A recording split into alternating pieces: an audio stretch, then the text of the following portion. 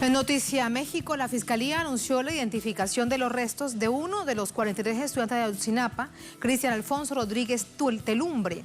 Las autoridades aseguran que se ha roto el pacto de impunidad y de silencio que rodeaba este caso. Detalles a continuación. A casi 6 años de la desaparición de los 43 jóvenes en Iguala, el Estado mexicano logró dar con restos humanos pertenecientes a una de las víctimas. Fueron hallados en una barranca de la población de Cocula, Estado de Guerrero, a más de 800 metros de distancia del basurero, donde se creó la narrativa de la verdad histórica, presentada por la anterior administración, sobre la supuesta incineración de las víctimas y los restos arrojados al río San Juan. Los restos fueron analizados por la Universidad de Innsbruck de Austria, tal como lo anunció el fiscal general Alejandro Herz hace una semana. La Universidad de Innsbruck comunicó a la unidad a mi cargo y al equipo argentino que después de realizar los análisis respectivos a las piezas óseas enviadas, una de ellas corresponde al estudiante Cristian Alfonso Rodríguez Telumbre, uno de los jóvenes normalistas desaparecidos la noche del 26 y 27 de septiembre de 2014. El fiscal especial para el caso resaltó que parte de los resultados de esta nueva línea de investigación responden a los llamados del Ejecutivo a la población a aportar información para identificar el paradero de las víctimas. Hemos escuchado a cada una de las fuentes que son verídicas y acudido a cada uno de los lugares, siempre acompañados por la Comisión Presidencial del caso Ayotzinapa, encabezada por el subsecretario Alejandro Encinas, y de los representantes legales de las familias, el Centro de Derechos Humanos Miguel Agustín Pro Juárez y el Centro de Derechos Humanos de la Montaña Tlachinolan, siendo alrededor de más de 20 acciones de investigación de búsqueda desde que se crea esta unidad. Para el presidente de la Comisión para la Verdad y Acceso a la Justicia, queda claro que la llamada verdad histórica se derrumbó. Advierte que no faltará quien intente desacreditar los avances obtenidos en esta etapa. Que además están fuertemente soportados en evidencias, en testimonios, en otras indagatorias que ha hecho la unidad especial en el caso de Ayotzinapa, y vamos no solamente a continuar con esta ruta, sino vamos a asumir el compromiso, vamos a contar con el compromiso de que nosotros no vamos a inventar una nueva verdad histórica, porque lo que tenemos que hacer es justicia con los familiares de Ayotzinapa. Encinas informó que este viernes el presidente Andrés Manuel López Obrador se reunirá con los familiares de los 43 normalistas. De esta manera se construye un nuevo camino en la investigación en busca de verdad y justicia para todos los involucrados. Más información a esta hora desde Ciudad de México con nuestro corresponsal Eduardo Martínez. Eduardo, muy buenas noches. Necesario además en este momento recordar este jovencito, a Cristian, comenzar por allí, porque la familia de él, como de la familia de todos los demás estudiantes de Ayotzinapa, han caminado no solamente México, han salido del país, han exigido verdad y justicia. Muy buenas noches.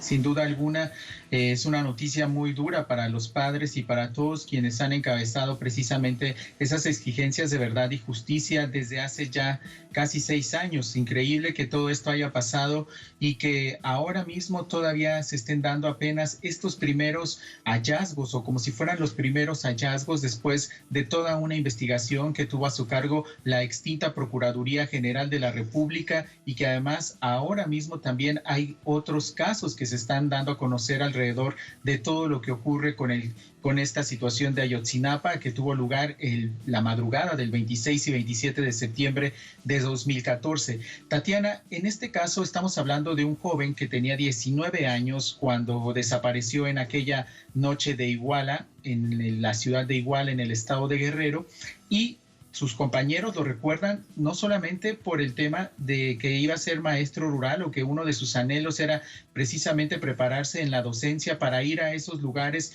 más pobres de México donde pues los maestros que estudian en las grandes ciudades no quieren ir, y además también pues por su gusto que tenía por la danza y por todo el folclore, no solamente de su estado sino del país. Tatiana, los padres fueron notificados por las propias autoridades, fue precisamente el que tiene a su cargo la unidad especial para el caso Ayotzinapa de la Fiscalía General de la República, Omar Gómez, quien les dio la noticia, acudió a la ciudad de Tlaxcala en el estado de Guerrero, de donde era originario Cristian precisamente, y él fue quien dio de propia mano la información a los padres, les hizo saber toda la información que se obtuvo en estos hallazgos y en los resultados que dio a conocer la Universidad de Innsbruck en Austria precisamente, y ahora mismo ellos estarán ya viendo cuáles van a ser pues los nuevos pasos a seguir en torno a esta investigación en la reunión que tendrán con el presidente Andrés Manuel López Obrador el próximo viernes,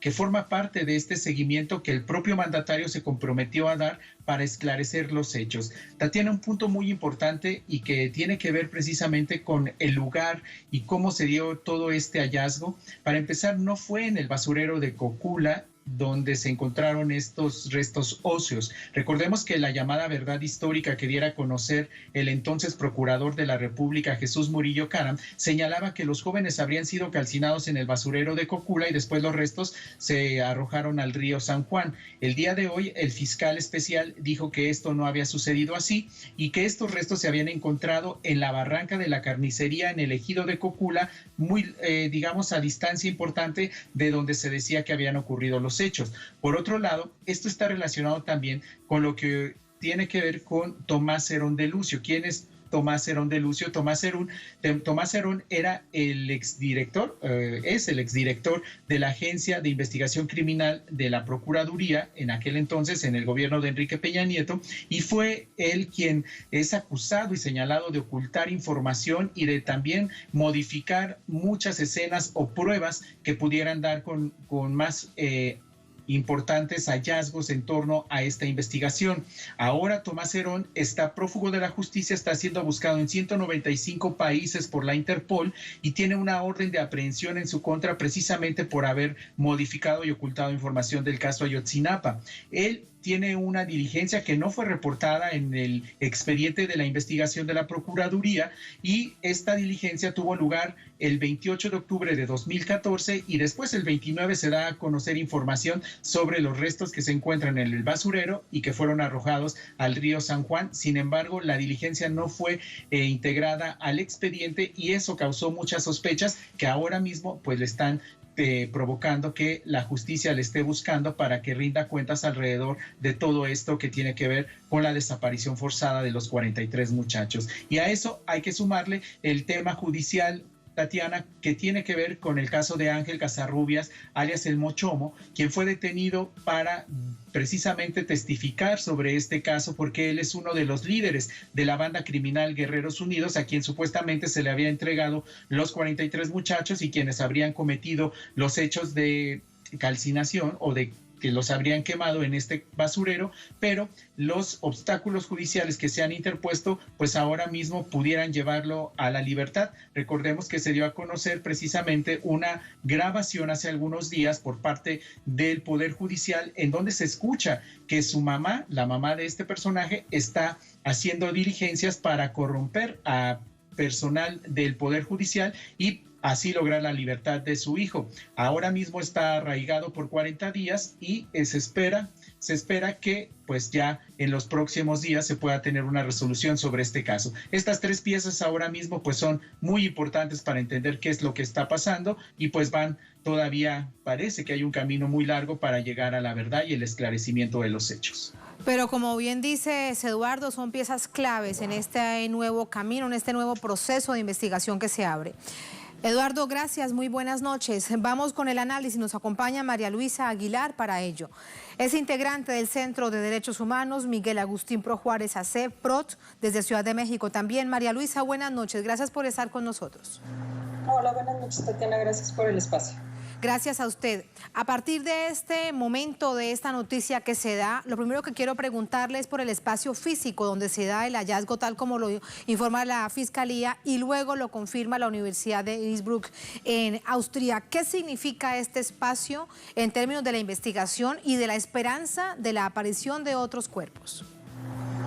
Bueno, el espacio se encuentra en el municipio de Cocula, que es uno de los municipios aledaños al municipio de Iguala, donde se dan los hechos de los ataques y detenciones de los estudiantes. Se encuentra cerca del basurero de Cocula, pero no es dentro del basurero de Cocula, que es muy relevante. Se encuentra a unos 800 metros, como lo explicó hoy el fiscal, y ahí se encuentran los restos. Es un lugar que ya había sido investigado incluso por la propia PGR en ese entonces, pero que se dejó de lado esa línea de investigación. Es decir, la PGR tenía conocimiento de que ese lugar podía haber algún tipo de restos humanos y no siguió con la investigación. Esto lo acaba de hacer público el propio fiscal del caso, y es muy relevante porque lo que nos dice es que la autora PGR lo que buscaba era enfocarse únicamente en una línea de investigación que pudiera explicar todo pues el paradero de los estudiantes, el destino final de ellos, en una sola acción que solamente capturara en una noche a los 33 estudiantes en el basurero. Sí, eso resulta sin duda muy, muy importante para esclarecer los hechos, pero queda en todo caso una cantidad de preguntas de por qué no siguieron investigando en este lugar, María Luisa. ¿Esa verdad quién la tendría? ¿Murillo Karam quién la tendría? Sí, así es. Esto es una pregunta que queda abierta y es algo que las familias el día de hoy en reunión con la Comisión Presidencial y con el fiscal especial del caso insistieron en que es muy relevante investigar, que es quién manipuló la investigación. Por un lado es relevante porque hay que castigar a quienes quisieron engañar a las familias y darles una mentira como verdad, pero también es relevante porque estas personas pueden tener información sobre el paradero de los estudiantes. Son 6 años, María Luisa, esperando algo, una prueba, un momento de esperanza, si se quiere, con respecto a la desaparición forzada, y ahora se da esto.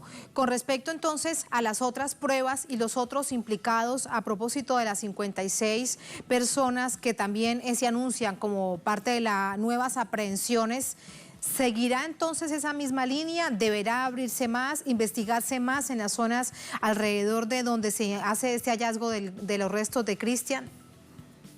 Yo creo que hoy quedó muy claro en voz del fiscal, pero también en la reunión que se tuvo con las familias, se insistió que este es un paso hacia una nueva historia, hacia una historia que le pueda o que busca dar la verdad a las familias, sea cual sea, esto lo tienen muy claro las familias, y además un paso para reconocer que había un sesgo en la investigación y probar que había un sesgo en la investigación de PGR y que se tienen que continuar exhaustando todas las líneas de investigación que existen. Sí, ahora, hay también dudas, suspicacias, con claras evidencias por parte de los familiares acerca de la participación de batallones.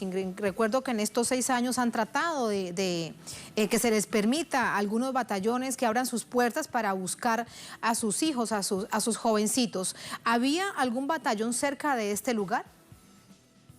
Sí, en la ciudad de Iguala se encuentra instalado el batallón 27 y además en ese momento había otro batallón que está utilizando las instalaciones. Las familias han insistido mucho en que ellos quieren conocer cuál es la responsabilidad de todos los funcionarios públicos que estuvieron involucrados, ya sea por acción o por omisión durante esa noche. Y el caso del ejército es una línea de investigación que tiene que ser investigada, así como de otras instituciones federales, sobre todo porque la antigua PGR lo que insistía y lo que intentó probar con esta versión de los hechos que buscaba englobar en una sola versión lo que había pasado con todos los estudiantes, es que lo que pasaba en Iguala era que había un grupo de policías locales únicamente, o sea, municipales en México, que estaban coludidos con el crimen organizado. Y lo que durante todos estos años hemos aprendido en la investigación y con la ayuda de la asistencia técnica que organismos internacionales dieron, como el Grupo Interdisciplinario de Expertos Independientes, es que la colusión trastocaba todos los niveles del Estado, incluyendo el nivel federal, y entonces por eso también se tiene que investigar a todas las instituciones que ya sea que por acción o omisión pudieron haber. Eso que usted dice, María Luisa, pues es muy grave, pero además implica un desafío mayor, porque también entonces le pregunto, ¿incluiría el sistema judicial? Bueno, seguramente lo que sucedió, por ejemplo, ahora en el caso que mencionaba el corresponsal sobre unas indicaciones de que pudo haber habido cohecho en la liberación de uno de los imputados o de las personas que presuntamente pudieron haber participado en la estructura criminal que controlaba el grupo, que controlaba la zona de Iguala en ese momento. Es muy grave. Las familias han sido muy claras en decir que se requiere que se investigue a profundidad lo que pasó esa noche, pero también que el Poder Judicial decida conforme a derecho.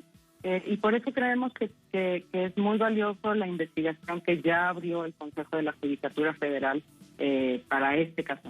Sí, María Luisa, y para despedirla, si revisamos en general la investigación de la anterior Procuraduría, esa llamada verdad histórica, ¿hay algo que pueda rescatarse, teniendo en cuenta que han pasado ya más de 6 años y estaba prácticamente estancada la investigación hasta que el presidente López Obrador se compromete a que va a encontrar la verdad y a hacer justicia? ¿Hay algo de eso, por ejemplo, en la captura del exalcalde de Iguala y de su esposa? ¿Queda algo, por lo menos, en lo que esas otras personas de ese momento vinculadas con el caso, con la desaparición de estos jovencitos, puedan aportar a la investigación?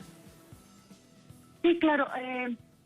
Yo sé que desde el Centro PRO lo que hemos insistido es que la llamada verdad histórica lo que buscaba era dar un carpetazo completo al caso.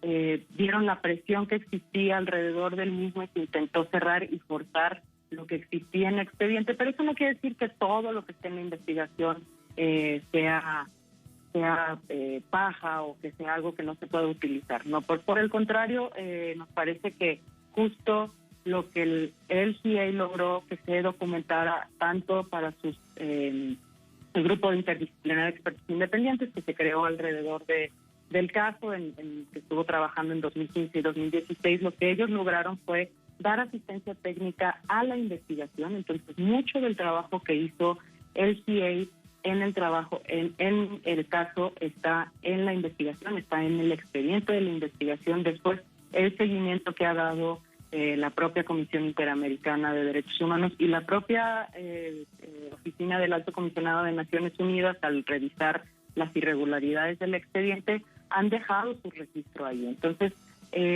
no es posible decir que nada de lo que se hizo en la investigación no sirve. Lo que sí podemos decir claramente es que esta versión que se quiso construir alrededor del basurero de Copula, lo que buscaba era básicamente dar un carpetazo, manipular esa investigación, y después fue escrutinada por organismos independientes como llamada, pero también incluso por la propia Visitaduría General de la PGR, que registró muchas irregularidades en el mismo. Sí, esto queda como un hecho claro, como una conclusión irrefutable ya después de lo que hemos visto hoy, esa verdad histórica que intentó imponer esa Procuraduría General del país queda enterrada, queda ahora puesta en el fin, digamos, para abrir un nuevo capítulo, y que así sea. Muchísimas gracias, María Luisa, por ayudarnos a comprender este momento. Buenas noches. Muchas gracias a ustedes por el espacio. Hasta luego, muchas gracias. Así nos vamos a la primera pausa en esta emisión de Es Noticia. Al volver en Noticia Ecuador, En medio de la más grave crisis sanitaria por la COVID-19 se va el vicepresidente del país, Otto Sonnenhösner. Se va con un discurso de candidato a la presidencia sin dar respuesta a una serie de denuncias de corrupción y activos en paraísos fiscales. Nos preguntamos lo siguiente: ¿qué deja, qué hizo, qué hará quien fuera el tercer vicepresidente de Ecuador en 3 años de gobierno de Lenín Moreno? Vamos a analizarlo al volver en Es Noticia.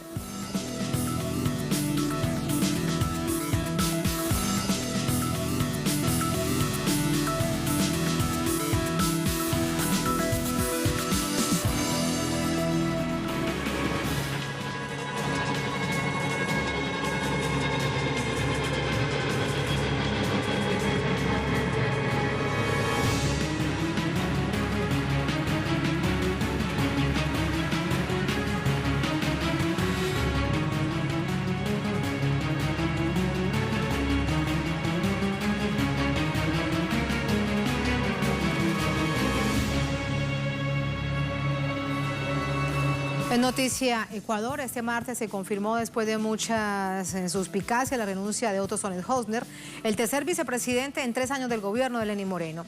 Hecho que confirma la debilidad institucional del país, que deberá realizar elecciones el próximo año, en el año 2021. Detalles a continuación.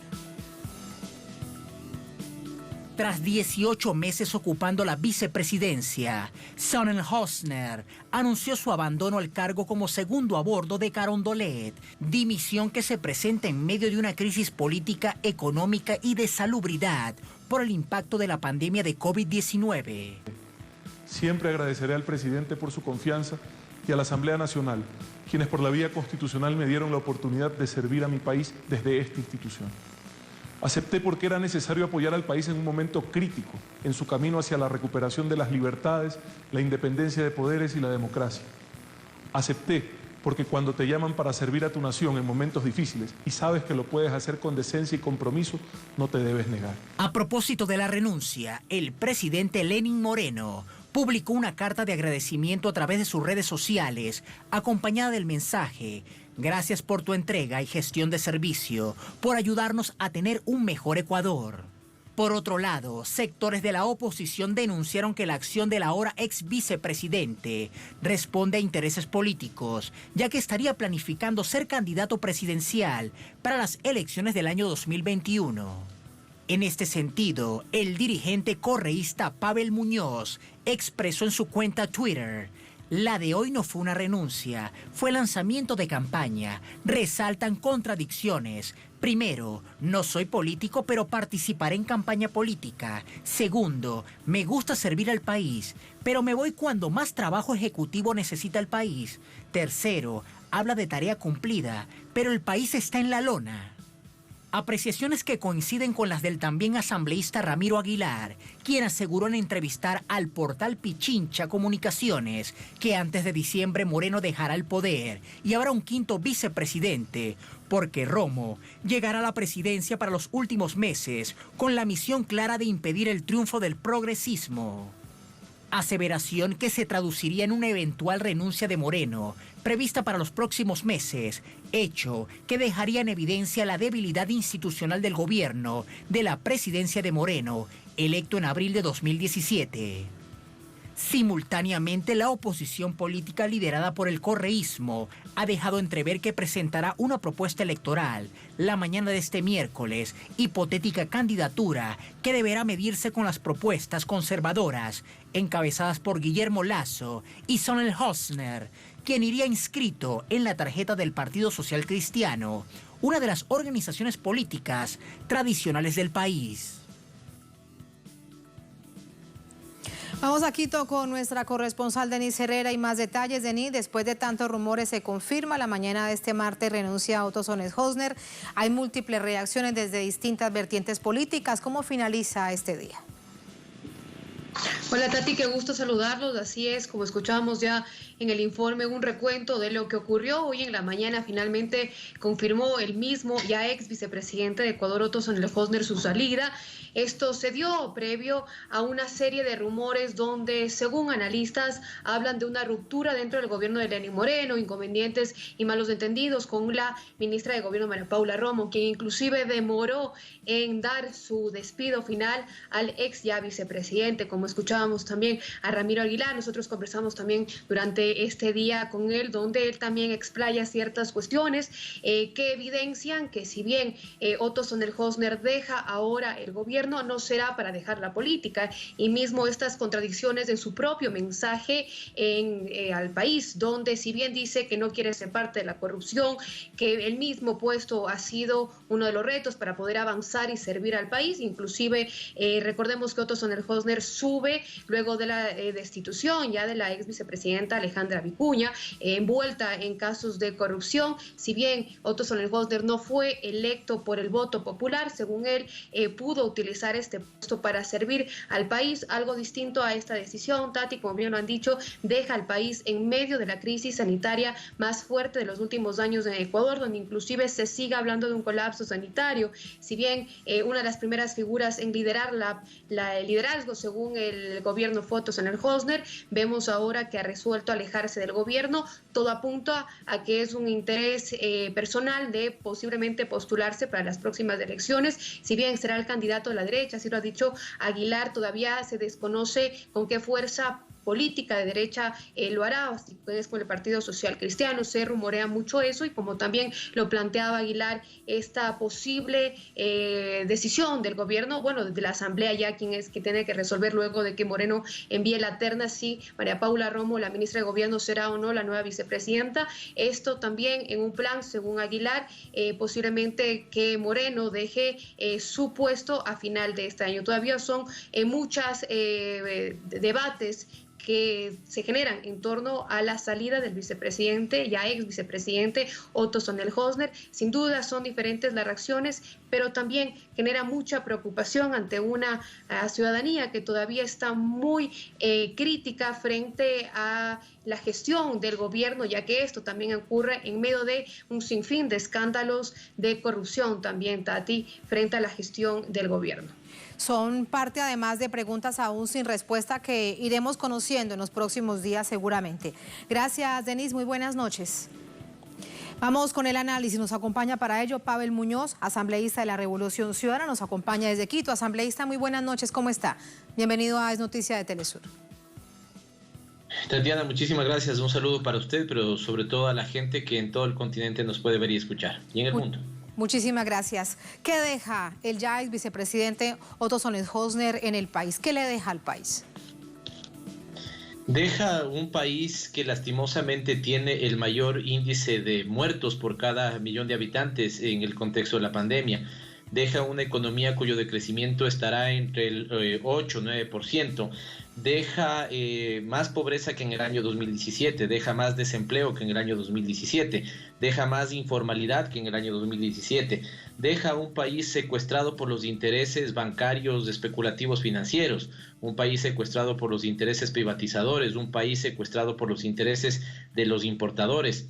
Deja dos pandemias que en este momento son más graves que la pandemia de COVID-19, la pandemia del desempleo y la pobreza. Todo eso es lo que deja el vicepresidente, no en términos personales, evidentemente, sino por ser parte de un gobierno que los ecuatorianos en este momento han interiorizado este eslogan. El peor gobierno de la historia nos tocó vivir en la peor crisis sanitaria de la historia también del Ecuador. Así que suma estas dos cosas y, Tatiana, usted verá qué es lo que deja este gobierno. Solo cierro diciéndole que aclaraba el sentido de que no en términos personales, porque en la estrategia, entiendo que conversaremos de esto, pero en su estrategia de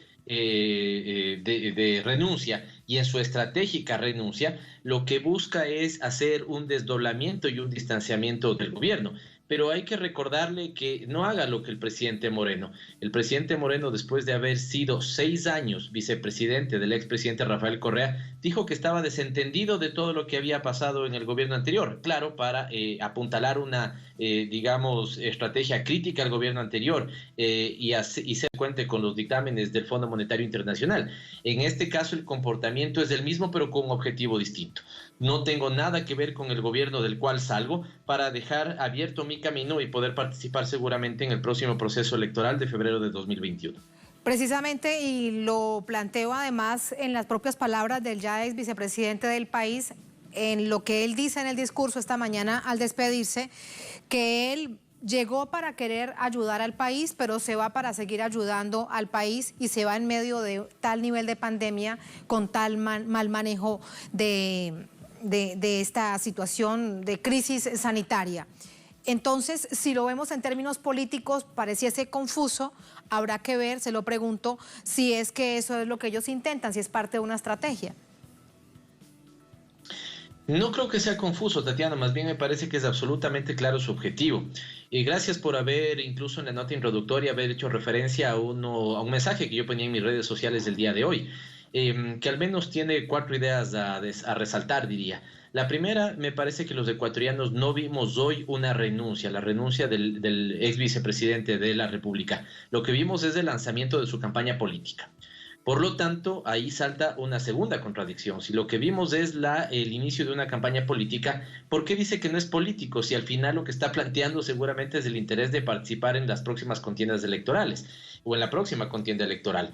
Yo le diría a la gente que nos ve en América Latina y en el mundo que dude siempre del que es político y dice no ser político, porque detrás, digamos, me parece que hay un manual cada vez más desgastado de marketing político. Dice que tiene vocación de servicio para el país, pero se está yendo en el momento en el que el Ecuador más necesita de trabajo ejecutivo para, digamos, superar el desastre que ha hecho este gobierno de la propia pandemia. Dice que la tarea está cumplida y que por eso se va con satisfacción. Pero perdón, señor ex vicepresidente, ¿cuál es la tarea cumplida en este momento? Si ni siquiera los registros administrativos de saber cuántos muertos estaba generando la pandemia pudimos hacer. Si Guayaquil fue el epicentro más vergonzoso de América Latina respecto a gente que caía muerta en la calle o en su propia casa y sus cadáveres no eran levantados hasta en 3 días. Si tenemos, como ya lo he dicho, ¿no es cierto?, la desvergüenza de ser si usted quiere, el país que peor ha llevado y que peores números tiene respecto al tema de la pandemia. Van variando evidentemente día a día, pero hasta la última estadística que revisé hace 48 horas, me parece, el Ecuador seguía estando entre el país más alto en el mundo, con mayor número por cada millón de habitantes en esta pandemia. Entonces, ¿cómo poder entender que la tarea está cumplida si el Ecuador está tan complicado? E insisto, no por tosudez, sino por lo grave que es para el Ecuador este momento lo que estamos viviendo. Tenemos una crisis sanitaria de la cual no hemos salido y se activó la pandemia del desempleo porque este gobierno, el gobierno del cual está dejando de ser parte el señor Otto Sonnenhosner, es un gobierno que tomó la actitud de apostar por el gran capital. Tatiana, este es un elemento muy importante para la gente que ve en América Latina. Es el único país en el mundo que no topó un solo centavo de los grandes capitales para poder nutrir los recursos del fisco y atender las necesidades de salud de la mayoría de la población. Es el único que quiso poner impuestos, ¿no es cierto?, a todos los segmentos de clase popular, segmentos de clase media, ¿no es cierto?, y evidentemente de la clase alta, que al final quitó a todos, también a los de la clase alta, y es el único que hizo una máxima, o más bien dicho, interiorizó una máxima: la realidad ha superado a la legalidad. Y eso les sirvió para destrozar los derechos de los trabajadores frente a un voraz sistema capitalista que en su deseo de seguir acumulando no le ha importado reactivar la economía, ¿no es cierto?, con los graves, digamos, efectos que hemos tenido que soportar en la salud y la vida de los ecuatorianos. Sí, cuando lo escucho, además piensa uno que en términos del Estado de Derecho resulta muy grave plantearle a toda la población, en este caso la ecuatoriana, decir que la realidad supera toda esta, claro, todo lo que debería ser precisamente el Estado de Derecho. Pero también, escuchándolo atentamente, lo que uno se pregunta es si se va, entonces sí hizo bien una tarea, haber entregado al sistema financiero lo que ellos estaban pidiendo, haber aumentado la deuda externa del país, pues entonces parece que eso es lo que hizo bien el ya vicepresidente del país. Recordemos además una cosa, igual al público que no está en el Ecuador, que no conoce tanto el Ecuador. Los periodos de gobierno nuestros son de 4 años. En este momento hemos pasado un poquito más del tercer año de gobierno de Lenín Moreno, es decir, faltan, me parece que 10 meses, 9 meses para que terminara su mandato.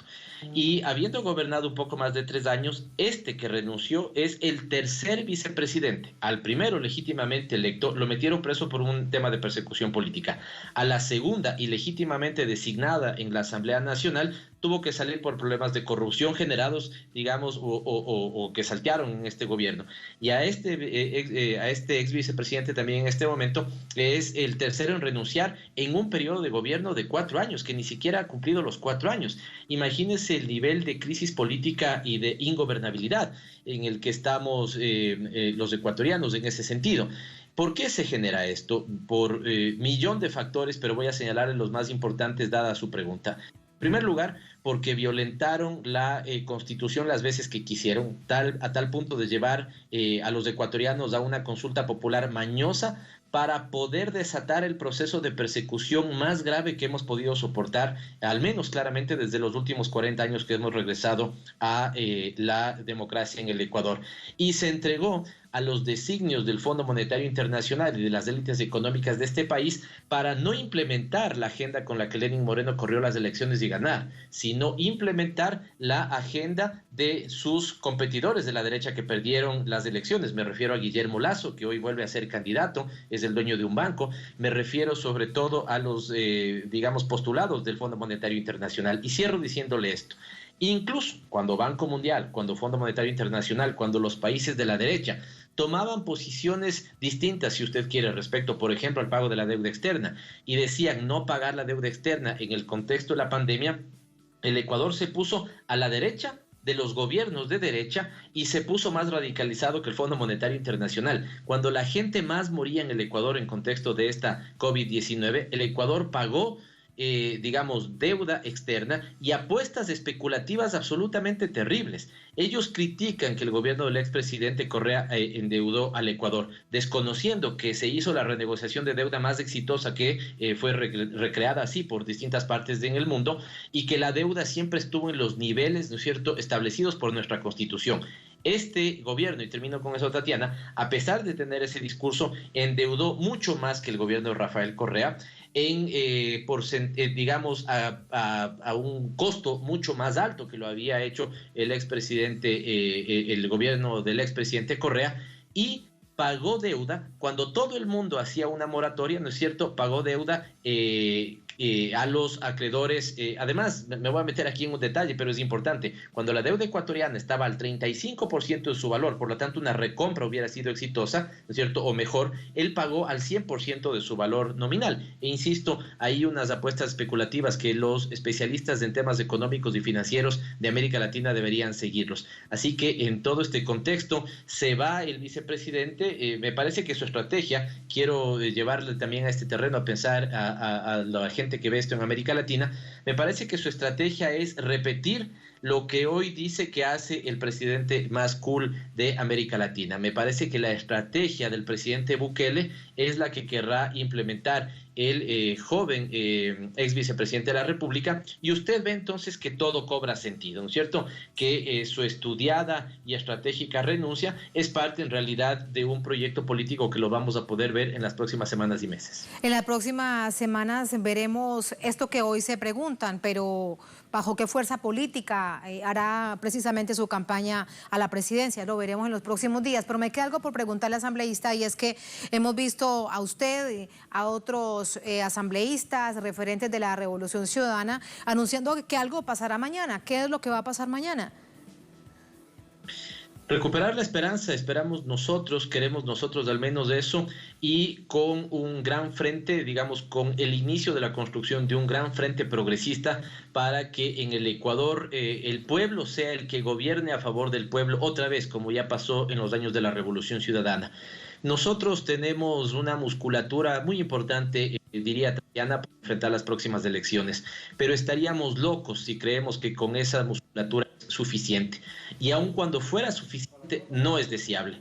Nosotros vamos por también nuestro frente de todos, vamos por una gran unidad del sector progresista, vamos para que todos aquellos que creen en la equidad, en la justicia, en la igualdad, vamos en la construcción de bienestar colectivo para las grandes mayorías, puedan recuperar lo que el país ha perdido en estos 3 años. A nosotros, Tatiana, nos costó no tiene idea lo que nos costó al Ecuador, me refiero. Después de haber tenido desde el año 79 hasta 2006 años en los que se implementó una democracia cooptada por el neoliberalismo y una agenda claramente inspirada por el consenso de Washington, entre el año 2007 y 2017, el Ecuador, como lo hizo la gran parte de América Latina, está el caso de Venezuela empezando, está el caso de Argentina, está el caso de Brasil, está el caso de Bolivia, está nuestro caso, esta década larga que tuvimos en América Latina de gobiernos progresistas, tuvimos grandes logros, recuperamos la economía, la producción nacional, la generación de empleo, disminuimos pobreza, aumentamos las capacidades de consumo de los sectores de clase media, garantizamos los derechos de manera universal y gratuita como salud, educación, el programa de becas universitarias más grandes que recuerde el país, y todo eso se destruyó. Que ahora está en parte en el centro de un gran debate y de una polémica. Estoy a punto de despedir a asambleísta, pero déjeme preguntarle algo brevemente. ¿Es el lanzamiento de una candidatura presidencial? ¿Es el lanzamiento de un movimiento político? ¿Es qué? ¿Qué es lo que veremos mañana? Esto así. En primer lugar, una propuesta que hacerle al Ecuador para que vote por una propuesta y no por personas. En segundo lugar, la plataforma política con la que pensamos correr las elecciones, y solamente en tercer lugar vendrán los nombres. Lo de mañana es el segundo punto. Tenemos que proponerle al Ecuador y mañana presentaremos la plataforma política para que empezamos a sumar aún más voluntades. Este será entonces un frente político que suma ya a muchos sectores de la izquierda, centroizquierda, de todo el frente progresista, y que lo que hará es dar el paso inicial para que ese frente se siga fortaleciendo por aquellos que quieren recuperar la patria y el sentido de futuro para los ecuatorianos. Así que eso tendremos mañana, Tatiana. Estamos muy expectantes de que podamos sumar a todos aquellos que creen en que el país puede salir de este abismo y recuperar su senda de desarrollo. Por lo tanto, mañana no vamos a presentar nombres, ya tenemos un partido político, lo que presentaremos es una plataforma, un frente que juntos todos busquemos recuperar la patria para los ecuatorianos. Pendientes entonces de lo que suceda mañana, pendientes de este escenario político que ha sido así impuesto. Asambleísta, lo despido vía telefónica tras la renuncia de ya el vicepresidente Otto Solnz-Hosner. Como siempre, un placer, muchísimas gracias. Pendientes de lo que suceda mañana allá en Ecuador. Muy buenas noches. Muchas gracias. El placer mío, Tatiana. Gracias. Gracias. Así nos vamos a la última pausa en esta emisión de Es Noticia. Al volver en Noticia Colombia, aumenta a 11 el número de personas fallecidas en una de las zonas más marginales del país. Producto de la explosión de un camión de gasolina, el lugar del accidente, el municipio de Pueblo Viejo, en el Magdalena, es una clara radiografía del olvido histórico de un pueblo a quien ahora culpan de su muerte. Tenemos esa información y la analizamos al volver en Es Noticia.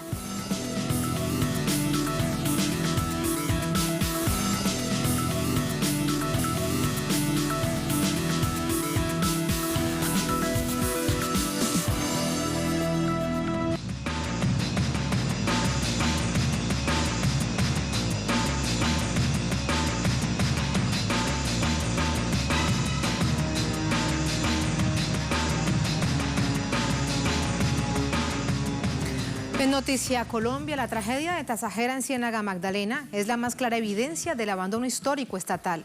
Esa parte de Colombia, esa Colombia invisible, en donde producto del hambre y las necesidades no se miden los riesgos. Una tragedia colocó a la olvidada población de Tasajera en el mapa de las noticias de Colombia. La explosión de un camión cisterna este lunes deja hasta el momento 13 fallecidos y más de 50 personas heridas. El vehículo accidentado que transportaba combustible volcó y posteriormente explotó en la vía que comunica Barranquilla y Ciénaga, específicamente en el corregimiento de Tasajera, municipio de Pueblo Viejo. Después de su volcamiento, se produjo un derrame de combustible. Un grupo de personas se acercó al mismo mientras la policía intentaba apartarlos. La magnitud del incendio provocó que los bomberos demoraran varios minutos en apagarlo y el humo alcanzara más de 15 metros de altura. Tras el suceso, partidarios del uribismo a través de las redes justificaron la tragedia, denigrando de las víctimas. Olvidaron que el accidente se produjo en un pueblo carente de todos los servicios públicos básicos. No tenemos una luz estable, o sea, así que viene mal la luz. Por ejemplo, esto más bien por ahora, Esto está seco porque, ajá, estamos en verano, pero deja que se meta el mes que entra. Para que vean, ojalá se vinieran ustedes el mes que entra o el otro mes, para que vea todo esto. Nosotros queremos que mejore, que nos ayuden, porque imagínate. Aquí hay falta bastante cosas, aquí en Tasajera. Ante todo, la educación es mala. El rector que tenemos ahora el colegio la deja abandonado también. No están dando clases ahí, sino en las casas alquiladas.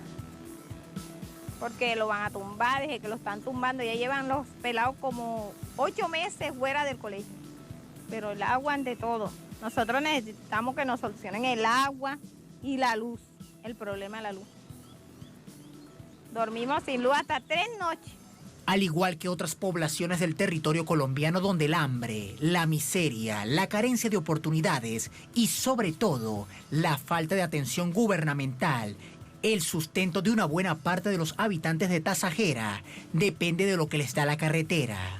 Este corregimiento del Magdalena tiene cerca de 33.000 habitantes. Fue un pueblo de pescadores a orillas de la Ciénaga Grande de Santa Marta, que debido a la contaminación ambiental, la actividad minera y la construcción de una carretera, se quedaron sin medios de supervivencia.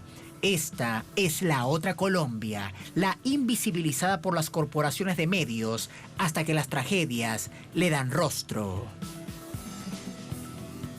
Esa es una parte de Colombia que ustedes evidentemente no ven en los medios de comunicación, que no se ven en las corporaciones mediáticas, de la que no se habla. Y lamentablemente con este accidente que se puso en riesgo este grupo de personas buscando parte del sustento, se da esta tragedia. Vamos a hablar de ello con Armando Benedetti, es senador de la República, es periodista, nos acompaña desde Bogotá. Senador, buenas noches, gracias por acompañarnos. Hola, senador, no lo escucho. ¿Usted me escucha? Qué pena, la culpa era mía. Qué pena, no había prendido el micrófono. Muchas gracias por la invitación y saludo a todos sus televidentes. Muchísimas gracias. Le decía a nuestra audiencia que esta es parte de una Colombia invisible que está viviendo esta tragedia. Usted ha sido muy vehemente contra quienes critican o quienes dicen que estos pobladores que se acercaron al camión para tomar algo de la gasolina fueron los culpables de generar esta situación tan dolorosa. Con respecto a ello, ¿usted qué le ha dicho a Colombia? Bueno, a ver, yo quiero recordarle algo. Cuando Maduro, el presidente Maduro, era canciller, yo era presidente del Congreso en el 2010 y posesioné al presidente Santos. Y yo empecé mi intervención hablando de que Colombia estaba entre los 3 países más desiguales del mundo y que en América Latina nos ganaban Haití y Bolivia, lo cual era una verdadera tragedia. Para esa época, ¿por qué se lo digo? Para esa época nadie hablaba de desigualdad. La palabra desigualdad se vino a poner de moda hace como unos 4, 6, 7 años, donde todo el mundo ahora habla de desigualdad. Y yo no solamente he sido muy crítico contra esa desigualdad, sino directamente contra Luis Carlos Sarmiento Angulo, que es el dueño de la banca o de casi el 40% de la banca en este país. Es el dueño de la democracia, es el dueño de las presidencias, es el dueño del Congreso. Todas las leyes se hacen siempre para rebajar los impuestos, etcétera, etcétera, etcétera. Y seguimos todavía en la lista de estar entre los 3, 4 países más desiguales del mundo. Entonces, ¿qué sucede ahí? En lo que usted relató muy bien en la noticia que me antecedió para hablar. Es que eso queda en el norte. Aquí está Venezuela. Aquí está Venezuela. ¿Me escucha? Lo escucho, senador. Lo estoy escuchando en este momento, vía telefónica. No lo veo, pero lo escuchamos muy bien. Adelante, siga, por favor. Ok, ya lo voy a conectar. Bueno, entonces, póngase usted en Caracas hacia el norte y a la izquierda, donde está la Guajira, empieza a quedar lo que es Santa Marta y se une con Barranquilla. Arreglan ahí la imagen, por favor, si puedes. Entonces, estando ahí entre Barranquilla y Cartagena, en una ciénaga, como usted dice, se les ocurrió hacer una carretera y asesinó completamente a la ciénaga. Y además sucede que todos esos ríos que vienen de la Sierra Nevada, cuando llegan a la ciénaga, no llega el agua porque los terratenientes la conducen a sus propiedades y el avistamiento más grande, la inmigración más grande de pájaros que ocurría ahí en Ciénaga Grande, nunca más se volvió a ver desde hace como unos 7, 8 años, porque les repito, están llevando. Entonces, estas personas que están viviendo, yo no sé ustedes cómo en Venezuela cataloguen, pero aquí en Colombia catalogan a la gente de estrato 1, estrato 6. En estrato 1 en Bogotá, para que usted tenga una idea, tienen cancha de básquet, tienen colegio en la esquina, tienen piso, tienen servicios públicos, tienen transporte público, etcétera. Donde yo les estoy hablando, viven en la playa, no tienen piso en la casa, los techos son de zinc, son personas que no deben de tener más de una prenda para cambiarse, son personas que todas las que están ahí, que viven con menos de $1 al día y están en la carretera, están pegadas a la carretera. Una carretera que además ha debido hacerse ampliada, que nunca más se hizo, que atraviesa una población que se llama Ciénaga, etcétera. Además de que usted nos dice, senador, que no hay agua potable, entonces tampoco hay energía, no hay acueducto, no hay alcantarillado. No hay agua, ¿Cómo se sobrevive en un espacio de estos? Hemos pasado millones de personas por esa vía y no queda más que sorprenderse y ahora estar adolorido porque es una situación que ha pasado así, a los ojos de millones de personas. ¿Cómo se sobrevive en una situación de esas? Porque, a ver, es que es un tema que, mire, le juro que se me paran los vellos porque yo vivo en Barranquilla, entre Barranquilla y Bogotá, y tengo un hijo que vive en Santa Marta, constantemente voy y lo recojo, que tiene 7 años. Y vea, no hay una sola vez que yo pase por ahí que a usted no le den ganas de llorar. No hay una sola vez, porque usted a veces baja la velocidad, se mete en la puertica chiquita, en la ventana, y eso es, ellos viven solamente del tema de la pesca y lo que venden del pescado a otras industrias o a la gente que pase, y una cantidad de caseticas donde venden jugos de zapote, níspero, etcétera. Pero de eso sobreviven toda esa cantidad de personas, pero sobre todo de la pesca, porque le repito, la riqueza ambiental que hay o la poca que queda en la Ciénaga es bastante grande. Entonces yo empecé con un Twitter diciendo que ese hecho mostraba la sociedad de mierda que somos y seremos, porque a todos se nos ha olvidado esas personas, pero esas personas que están ahí representan casi más de 3 millones de personas que hay en este país que están en la indigencia absoluta. Eso es lo que se cree. Puede que haya unas 4 millones, pero las estadísticas le llevan en ese estado están esas personas. Entonces, ese fue el primero que puse. Yo diría, claro, eso demuestra lo que somos nosotros, si seremos una sociedad de mierda, porque tenemos el país donde más desigualdad hay, donde más concentración hay, donde Luis Carlos Sarmiento tiene absolutamente todo, donde la reforma solamente se hace para los bancos. Y siempre es así. Aquí tenemos un ministro que se llama Carrasquilla, que es el ministro de Hacienda, que yo lo acuso de crear desigualdad, de administrar desigualdad. Y fíjese usted que del PIB, el 6% hasta ahora ha ido para la banca. Van ganando en el primer trimestre más de 4 billones de pesos en plena pandemia. Y para la pandemia solamente se ha dado 2.8 del PIB.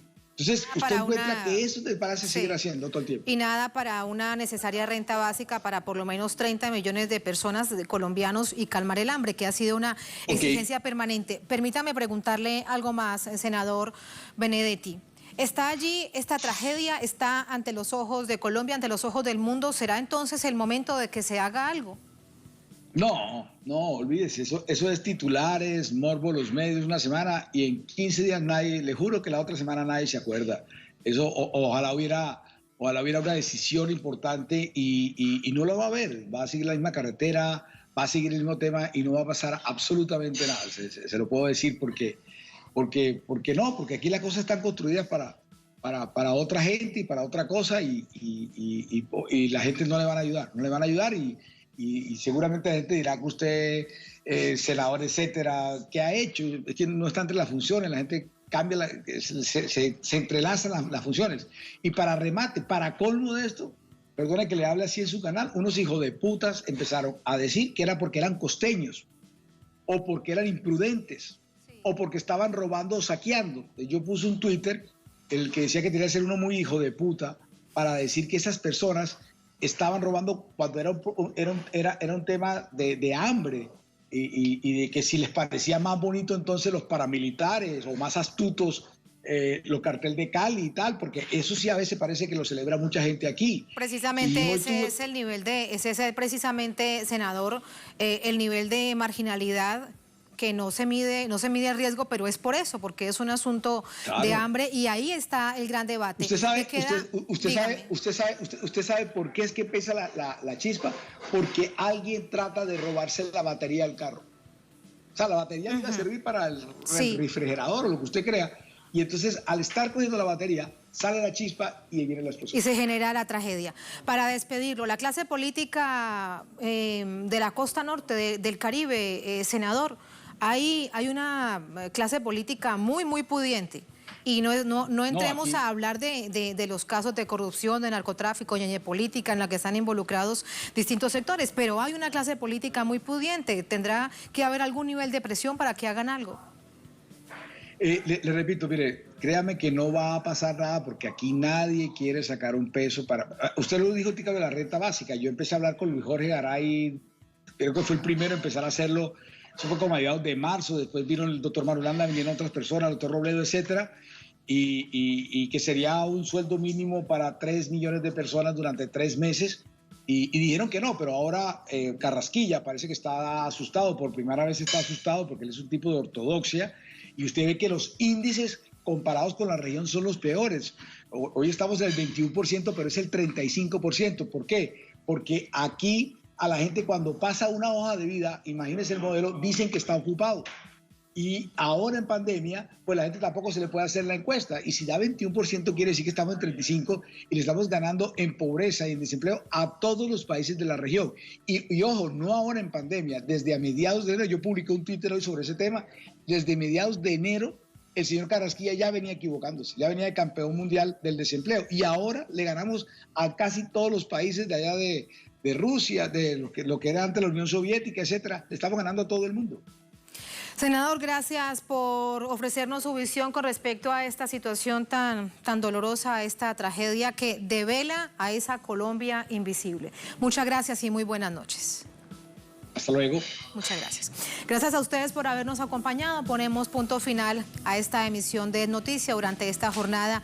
Otro hecho fue noticia, con eso lo dejamos. Hasta mañana.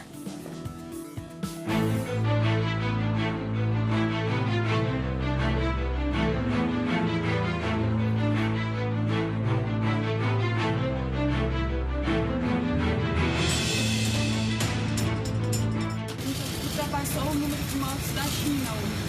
O Brasil E daí? Lamento, quer que faça o quê? Eu sou Messias, mas não faço milagre.